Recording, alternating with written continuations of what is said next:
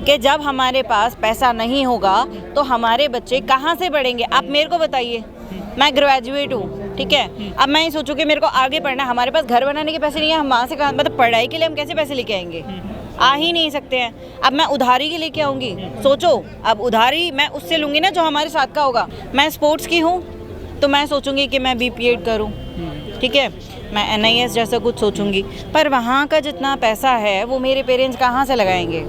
आप देख रहे हैं कितना महंगाई वगैरह है। आप फिर लेकिन जो केजरीवाल सरकार है इसके बड़े चर्चे हैं देश में नहीं पूरी दुनिया में। ऐसा कहा जाता है कि यहाँ के जो स्कूल मॉडल हैं उनको देखने के लिए बाहर से लोग आ रहे हैं। उन्होंने ये कहा जाता है कि बेहतर कर दिया है एजुकेशन को, हेल्थ को बेहतर कर दिया है। अभी चुनाव आने वाले थे तो उन्होंने एक के ऊपर एक फ्री कर दिया। यहाँ पर एक जिसको बोलते हैं ना वोटर कार्ड को लेकर वहाँ पे लोग फ्री में शराब ले रहे हैं। आप कहाँ खड़े हो एक झाड़ू के चिन्ह को देकर। मैं बताऊं कि हमारे वाल्मीकि समाज में सबसे ज़्यादा लोग, मैं बता दूं, वो इसी सभी कामों को करते हैं, चाहे वो झाड़ू का काम हो, सफाई का काम हो, या फिर जितने निजी काम जितने होते हैं उन सभी में हमारा हाथ है। यहाँ तक कि जब अभी कोरोना काल के अंदर सभी को छुट्टी दी गई सिर्फ एक सफाई कर्मचारी को छोड़कर। हमारा इतना बड़ा हाथ होने के बाद भी अगर आप हमें सपोर्ट नहीं करते, इसके बाद अगर हमें आप ये सोचते हो कि इनका सिर्फ वोट लिया जाएगा। मैं आपको एक चीज़ और बताती हूँ, अभी कुछ ही टाइम में जो चुनाव का जिसको बोलते हैं कि अभी प्रचार जो चल रहा था, एक बॉक्स वहाँ पर दिया गया, उस बॉक्स के अंदर खाना, थोड़ा बहुत पानी वगैरह सब, पर मैं उस चीज़ के ऊपर बात करूँगी कि उसमें एक छोटी सी दारू की बोतल भी थी। एक छोटे छोटे बच्चे, मतलब 5-6 साल के रोड पे चलते हुए बच्चे या हमारे घरों जैसे के बच्चे, वो मतलब एक अल्लड़ बुद्धि है, वो उसको पता है कि शराब है। हम क्या कर सकते हैं, हम चुनाव में खड़े हो सकते हैं, अपनी सरकार ला सकते हैं, उसके बाद हम बात कर सकते हैं।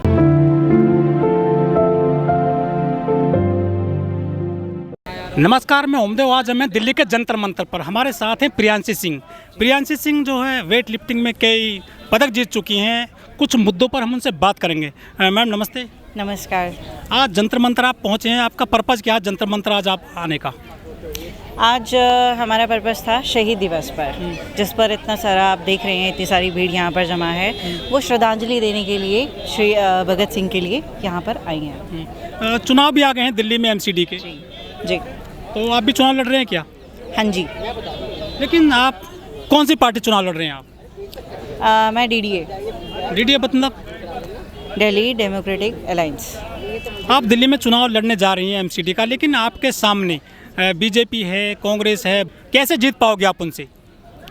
मैं आपको ये बता दूं कि हमारे अगर आप समाज की आप बात किया जाए और आप इलेक्शंस की अगर आप बात की जाए, तो हमारा जो है जितना भी जितना हमारा समाज है, समाज की अगर आप बात करें तो वो 60-70 से 80% तक हमारा ही है।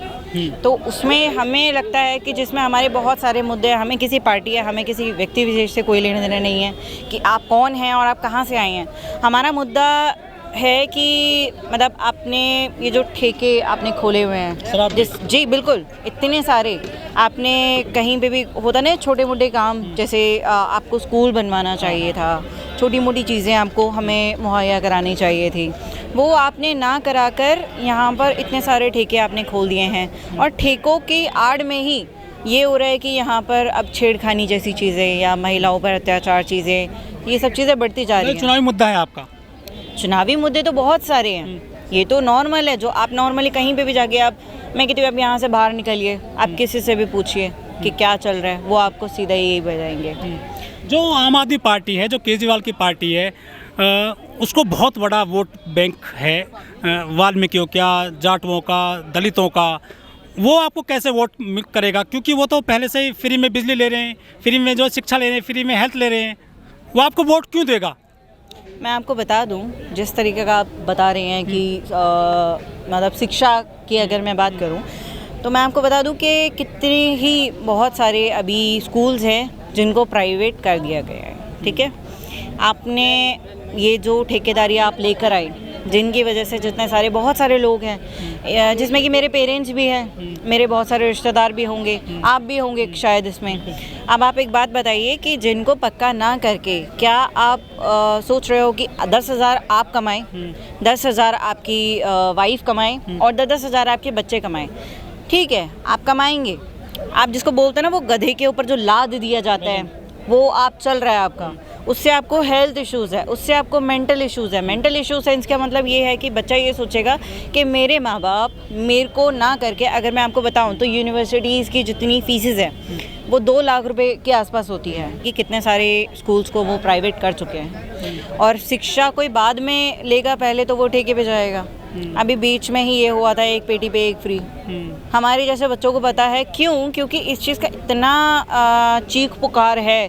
किसी मंदिर के बाहर उतनी भीड़ नहीं लगती है, किसी स्कूल या किसी बोलते ना कहीं राशन की दुकान के बाहर इतनी भीड़ नहीं लगती है जितनी वहाँ लग रही है। आप ये सोचो कि इतना सब कुछ जब चल रहा है तो वहाँ पे आपका कदम नहीं है, तो फिर हमें खड़ा होना ही पड़ेगा। हम अपने लिए खड़े होंगे ही होंगे। अगर दिल्ली में शराब के लिए सरकार बदनाम हो रही है फ्री शराब बांटने के लिए, तो फिर पंजाब तो और ज़्यादा शराब का यूज करता है, नशाखोरी वहाँ बहुत ज़्यादा है। सफलता फिर वहाँ कैसे मिल गई पंजाब में आम आदमी पार्टी को? आम आदमी पार्टी, मैं ये बोलूँगी कि देखिए, आम आदमी पार्टी का जो भी है मेरे को नहीं मालूम। जहाँ तक कि मैं आपको बताऊँ, मैंने खुद आम आदमी पार्टी को वोट दिया था ये सोचकर कि मेरे पेरेंट्स अगर पक्के हो जाते हैं, उनका थोड़ा सा सैलरी बढ़ेगा, तो वो मेरे लिए ये होगा कि शायद मेरे को थोड़ा सा पैसा मेरे लिए जुड़ेगा, तो मैं सोचूंगी कि शायद मैं अपने लिए कुछ करूं। केजरीवाल जी जब दिल्ली में आए थे उन्होंने बाकायदा कहा था कि हम जो ठेकेदारी प्रथा है ख़त्म कर देंगे। वो ही लेकर आए दोबारा, वो दोबारा लेकर आए हैं। और मैं आपको बता दूं कि जिस टाइम पर 2006 से जब ये डी ग्रुप बंद है, तो फिर उन्होंने इस बिहाफ पर चुनाव लड़ा 2012 के बाद। क्यों? जब वो डी ग्रुप पहले से बंद था, उसके बाद आप बोलते हैं उनके सेक्रेटरी है गोपाल मोहन, उनसे इतना सब कुछ, इतनी बहसें होती हैं और वो वहाँ से भाग जाते हैं। क्यों भाग जाते हैं? जब आपने कुछ गलत नहीं किया तो फिर आप सामने आके सामना करिए। इसका मतलब जो झाड़ू इनका चुनाव चिन्ह है, झाड़ू एक गरीब आदमी थामता है। उन्होंने बहुत बड़ा वोट बड़ा दिया था केजरीवाल को। यही तो प्रॉब्लम है। आप यहाँ पर लगाया जाए तो हर ऑटो वाले से लेकर हमारे जैसे लोगों से लेकर, ये सोचकर कि ये हमसे जुड़ा हुआ है, ये हमारा ही हिस्सा है। आप जो दलित समाज से आती हैं, जो दलित समाज है बहुत बड़ी संख्या में है दिल्ली में, ये जो अपने बच्चों को झाड़ू क्यों पकड़ा देते हैं, कलम क्यों नहीं पकड़ाते हैं?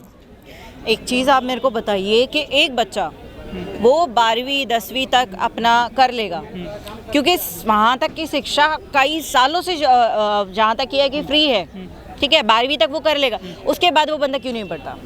क्यों? क्योंकि हमारे पास पैसा है ही नहीं। पैसा क्यों नहीं है? क्योंकि हमारे जैसे जितने भी लोग हैं वो आज 2000 मतलब हमारे यहाँ पे एक ऐसी लेडी भी है, TMR है वो NDMC में, जो शायद 99 में वो लगी थी। मैं 99 में पैदा हुई हूँ, वो अभी तक एक TMR है। क्यों है?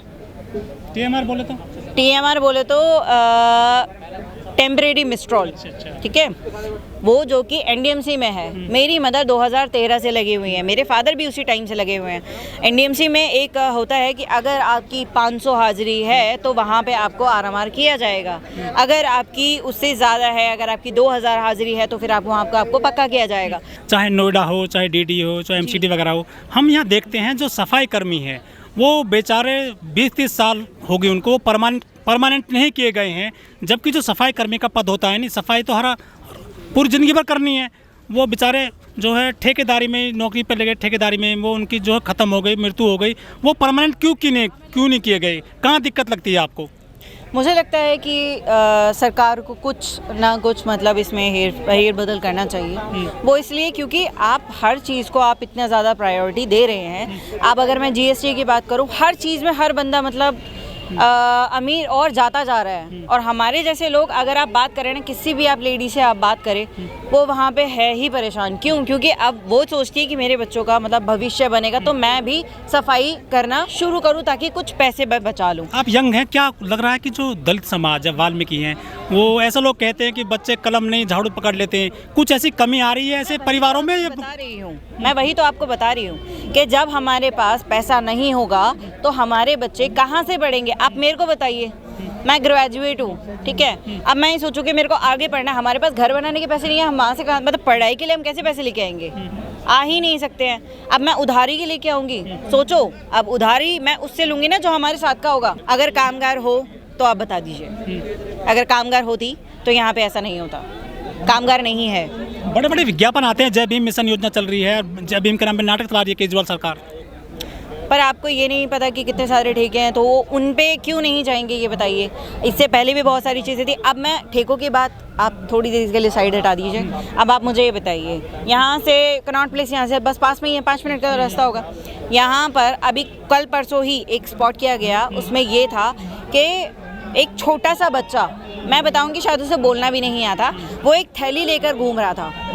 उस थैली के अंदर वो कुछ ब्लेड और नशे की कुछ चीज़ें थी जो कि वो बेच रहा है और खुद पी रहा है। ये सब चीज़ें चल कैसे रही है मुझे समझ में नहीं आ रहा है। यहाँ पर अब आप बोलेंगे कि यार हम कोई चीज़ कैसे कर सकते हैं, हम क्या कर सकते हैं? हम चुनाव में खड़े हो सकते हैं, अपनी सरकार ला सकते हैं, उसके बाद हम बात कर सकते हैं। इनसे हम बोलकर, यहाँ पे जंतर मंतर पे हर दिन एक धरना होता है। जंतर मंतर एक ऐसी फेमस जगह है जहाँ पर रोज़ हर बंदा कोई ना कोई पिटता है, हर बंदे का सर फटता है, हर बंदा यहाँ पर खड़ा होता है। उसके बाद भी अगर नहीं है तो अब आप मुझे जवाब दे दीजिए। मतलब दलितों को पॉलिटिक्स में पूरी तरह से आना पड़ेगा? बिल्कुल आना पड़ेगा। अगर नहीं आएंगे तो फिर कैसे होगा? हो ही नहीं सकता है।